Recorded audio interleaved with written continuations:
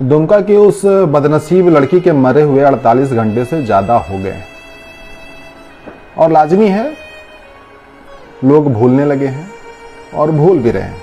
सब अपने अपने काम में लग गए। सरकार ने भी खाना पूर्ति कर दिया, 10 लाख रुपए का मुआवजा का ऐलान कर दिया, सुरक्षा दी जाए इसकी बात कह दी, उच्च स्तरीय जांच हो इसको लेकर आदेश दे दिए गए। तमाम प्रकरण चल रहा है और सरकार भी अपने काम में लग गई है।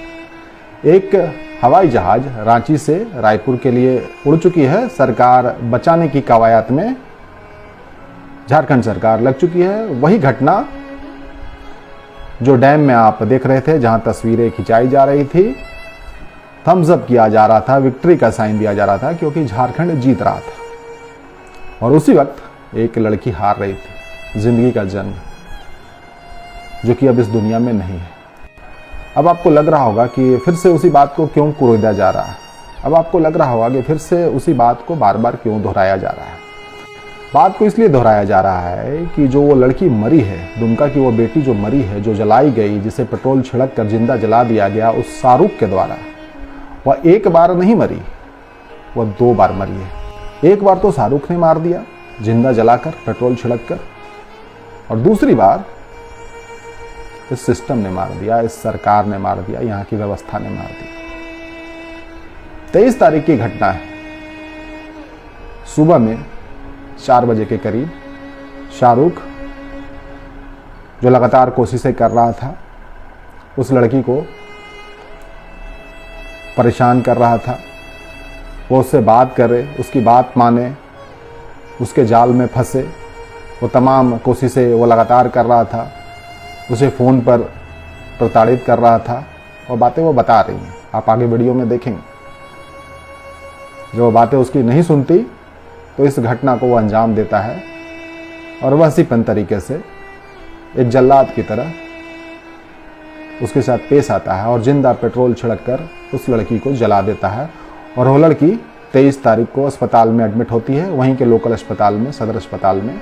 वहाँ से रेफर रांची के लिए किया जाता है, रिम्स में आती है और उस दरमियान भी कुछ वक्त लगता है और अच्छा खासा वक्त लगता है। रिम्स आते हैं उसके पिता के ऊपर क्या बीत रही होगी आप समझिए। माँ नहीं है उस बच्ची की, यहाँ पर इलाज चल रहा था। उस इलाज के दौरान सरकार ने थोड़ी सी भी जहमत नहीं उठाई कि जिस बच्ची को जिंदा जलाकर मारने की कोशिश की गई, जो अपनी ज़िंदगी की सांसों के लिए लड़ रही है, जद्दोजहद कर रही है, तो उसके पास पहुंचा जाए, उसके परिवार से पूछा जाए या कम से कम एक बार देख लिया जाए, लेकिन किसी ने नहीं पूछा। उस लड़की को मरने के लिए छोड़ दिया गया। इस सिस्टम ने, इस व्यवस्था ने, इस सरकार ने। प्रदेश के स्वास्थ्य मंत्री कहते हैं कि रिम्स की व्यवस्था बहुत अच्छी व्यवस्था है। टीवी चैनल्स पर लगातार अपने बयान दे रहे हैं। यह भी सवाल जब उनसे पूछे गए कि लड़की को एयरलिफ्ट क्यों नहीं किया गया, अच्छे इलाज के लिए बाहर क्यों नहीं भेजा गया, उसके लिए भी उन्होंने कहा कि लड़की अनस्टेबल थी, डॉक्टर ने बताया। अब यहाँ पर बहुत सारे सवाल उठ जाते हैं। सबसे पहला सवाल ये उठता है कि उसी अस्पताल के लिए, उसी रिम्स के लिए रांची हाईकोर्ट की टिप्पणी है कि अगर व्यवस्थाएं नहीं सुधरती तो इस अस्पताल को, रिम्स को बंद क्यों नहीं कर देती। बातें स्पष्ट हैं, क्या कहना चाहती है हाईकोर्ट। दूसरी बात, स्वास्थ्य मंत्री कहते हैं कि बच्ची अनस्टेबल थी। जब बच्ची अनस्टेबल थी तो इस बात की जांच होनी चाहिए कि बच्ची का इलाज कहाँ चल रहा था, जनरल वार्ड में चल रहा था, आईसीयू में थी, या फिर कोई स्पेशल ट्रीटमेंट उसके साथ, उस बच्ची के साथ किया जा रहा था, उसे दिया जा रहा था। बात में विरोधाभास है क्योंकि जो चीज़ें दिख रही हैं उस लिहाज से अच्छी नहीं दिख रही हैं। अनस्टेबल कहा गया, लेकिन जब बच्ची का बयान देखेंगे, जिस तरीके से बच्ची बात कर रही है, अब ये डॉक्टर्स ही बता पाएंगे कि बच्ची उस बयान में जो बयान देती दिख रही है, जो बातें जिस तरीके से करती दिख रही हैं, कहीं से दिखता नहीं है कि बच्ची के लाइफ पर खतरा होना चाहिए, किसी तरीके का थ्रेट होना चाहिए। लेकिन बच्ची नहीं बचती, वो मर जाती है।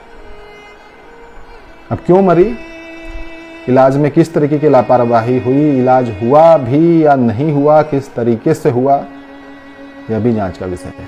सरकार तो मशगूल थी ही उस टाइम में, उस सेशन में जहां रिफ्रेशमेंट चल रहा था, जहां सरकार बचाने की कवायद चल रही थी।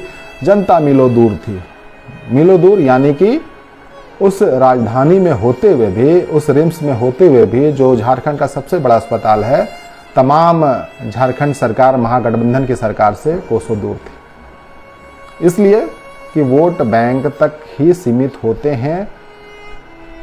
3.5 करोड़ जनता जो झारखंड की है, सिर्फ वोट उनसे लिया जाता है। उसके बाद आप अपनी जिंदगी अपने हिसाब से जीते हैं या फिर मरते हैं, तो वो भी आपकी जिम्मेदारी है कि आप क्यों नहीं बचे। लड़की अब नहीं बची तो ये जिम्मेदारी अब पिता के ऊपर है। बाकी खाना पूर्ति करने के लिए, अफसोस जताने के लिए, ट्वीट करने के लिए, संवेदनाएं देने के लिए हर कोई दे रहा है। बहुत अफसोसजनक घटना है, सारे लोग कह रहे हैं। लेकिन जनाब, आप इन 5 दिनों में उस बच्चे के पास क्यों नहीं गए, यही सबसे बड़ा सवाल है। इसलिए इस बात को दोबारा से कहा जा रहा है, या फिर मैं कह रहा हूं कि लड़की को एक बार नहीं 2 बार मारा गया। एक बार उस शाहरुख वासी दरिंदे ने, और दूसरी दफा सिस्टम ने, सरकार ने। चलिए एक वीडियो देखिए और इस वीडियो को देखकर यह समझने की कोशिश करिए और बताने की भी कोशिश करिए कि इस वीडियो में ये जो लड़का चल रहा है, देखिए इस वीडियो में किस तरीके से लड़का अपनी अकड़ को दिखा रहा है, जो इसकी चाल है, जो चलने का अंदाज है। और आगे यह मुस्कुरा भी रहा है, यह हंस भी रहा है। आगे इस वीडियो में आप देखिए किस तरीके से ये लड़का हंस रहा है। उसे जरा भी अफसोस नहीं है कि उसने किस कृत्य को अंजाम दिया है, कैसे जघन्य अपराध को किया है। एक लड़की को जिंदा उसने जलाया, लेकिन उसका अफसोस उसे नहीं है। वो हंस सरकार के ऊपर रहा है, इस सिस्टम के ऊपर रहा है, यहाँ की कानून और व्यवस्था के ऊपर रहा है। इसलिए भी आप याद करिए उस निर्भया कांड को, जिससे पूरा देश हिल गया था, पूरे देश को उस कांड ने झकझोर दिया था। 2012 दिसंबर में वो घटना घटी थी।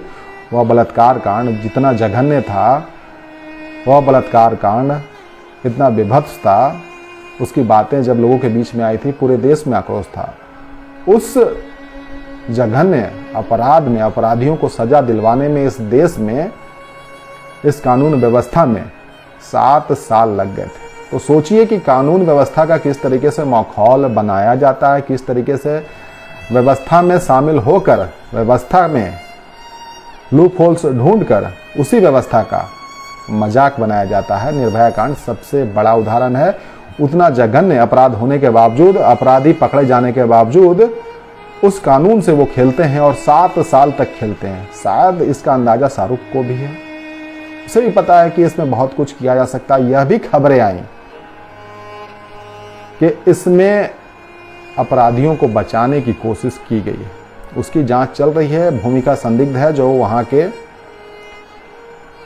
पुलिस अधिकारी थे, उनकी भूमिका संदिग्ध है। बचाने की कोशिश की गई, शायद एज में टेम्परिंग की गई, एज को, जो बच्ची नाबालिग है उसे बालिग दिखाने की कोशिश की गई। शायद धारा जो 302 की लगनी चाहिए थी, 307 की लगाने की कोशिश की गई। तमाम बातें हैं। तो इसलिए मैंने कहा व्यवस्था, उस व्यवस्था ने भी उस लड़की को मारा। इसलिए दोबारा से इस बात को कर रहा हूँ। आप उस लड़की का भी स्टेटमेंट सुनिए और समझने की कोशिश करिए कि वह लड़की क्या कह रही है, और उस हालात को देखिए कि कितनी अनस्टेबल लग रही है इस वीडियो में। वो जैसे उसके लिए अभी हम मर रहे हैं, उसको भी वही सजा हो जाए। आप ऐसा चाहती? हाँ। हम घर में अपने पापा को 10 बजे रात को आए, पापा को बोले, पापा ने ठीक है सुबह होगा तो देखते हैं। और फिर 4 बजे आके खिड़की से पेट्रोल फेंक के और आग जला के भाग दिया। तो पेट्रोल कहाँ पर फेंका गया था? पेट्रोल एक डिब्बा में 2 लड़का था, वो और एक छोटुआ था। नाम क्या उनका? शाहरुख। और उसके साथ एक लड़का जो है? हाँ, छोटू। और आपके शरीर में कहाँ कहाँ प्रॉब्लम आया? सब जगह आया, टोटल जगह। अभी मुँह थोड़ा सा छोड़ा दिया, बाकी पूरा शरीर में प्रॉब्लम। हम मर रहे हैं, उसको भी वही सजा हो जाए। आप ऐसा चाहती? हाँ। आपने सुना जो बातें वो बता रही हैं, और इसे बार बार एक नाम दिया जा रहा है, एक तरफा प्यार का। ये एक तरफा प्यार का मामला नहीं है, ये वैसीपन का मामला है। ये अपनी अपनी अपनी वहसीपना, अपनी दरिंदगी और जो दिमाग में फितूर है, पागलपन है, उसका मामला है। और वो लड़की जो मर गई, झारखंड की जो लड़की मर गई, शायद इसलिए मर गई कि वो लड़की थी, क्योंकि लड़कियां यहां मरने के लिए ही पैदा होती है। और इस तरीके की घटनाएं लगातार यहां पर घट रही हैं और किसी तरीके की व्यवस्था, कानून का डर, सरकार का डर किसी के ऊपर नहीं दिख रहा, क्योंकि सरकार भी इस बात को समझने में इतना वक्त लगाती है। एक छोटी सी ट्वीट करने के लिए 5 दिनों का समय लग जाता है झारखंड के मुख्यमंत्री को। तो बातों की गंभीरता को किस तरीके से सरकार समझ रही होगी, यह बताने की जरूरत नहीं। बातें बहुत सारी हैं। बातें हैं कि उस बच्ची को बचाया जा सकता था, बातें ये हैं कि उस बच्ची के पास जाया जा सकता था, बातें ये हैं कि जिस तरीके से आप अपने मंत्रियों को बचाने के लिए एयरलिफ्ट करते हैं, उस बच्ची को भी एयरलिफ्ट किया जा सकता था। बातें ये हैं कि जिस तरीके से आज अपने विधायकों को आप रायपुर फ्लाइट से भेज रहे थे, यह काम आप उस बच्ची के लिए भी कर सकते थे। बातें ये हैं कि आप अगर वहां पर जाते तो आपको अंदाजा लग जाता, अगर आप उस बच्ची के पिता से मिलते, उससे बातें करते, उस बच्ची की बात सुनते, तो हो सकता है आपको दया आ जाता। हो सकता है आप रांची में कहीं उसे बड़े हॉस्पिटल में ले जाकर उसका इलाज करवाते। हो सकता है आप वहां पर अगर जनरल वार्ड में वो एडमिट थी तो आप आईसीयू में एडमिट करवाते। बातें बहुत सारी हैं, कितनी बातें की जाए। अफसोस ये है कि आप वहां गए ही नहीं।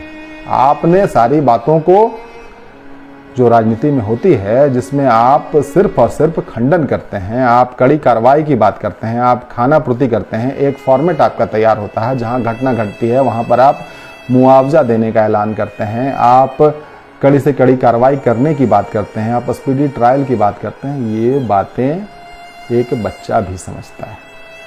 लेकिन इस घटना में शामिल उन लोगों के प्रति आपकी संवेदनाएं कितनी है, यह भी आपको समझना होगा। इस घटना में जो पीड़ित है, उसके लिए आप किस तरीके से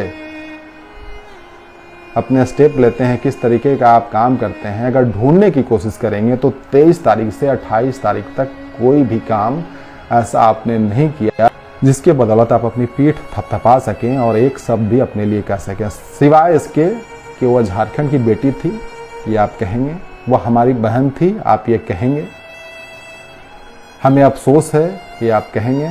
लेकिन सच्चाई यह है कि जिस घर की वो बेटी थी, उससे अगर आप एक बार मिल लेते, उससे अगर आप पूछ लेते, तो आपको सारी बातें समझ में आ जाती कि उस बेटी के लिए ज़रूरत थी कि उसे अच्छा इलाज करवाया जाता, उसे बेहतर मदद की जाती और उसकी जान बचाई जाती। 16 साल की उम्र में उसकी जान ले ली जाती है, उसे जिंदा जलाया जाता है और वह लड़का हंसता हुआ नजर आता है। तो यह तमाचा सिस्टम पर भी है, सरकार पर भी है, कानून व्यवस्था पर भी है।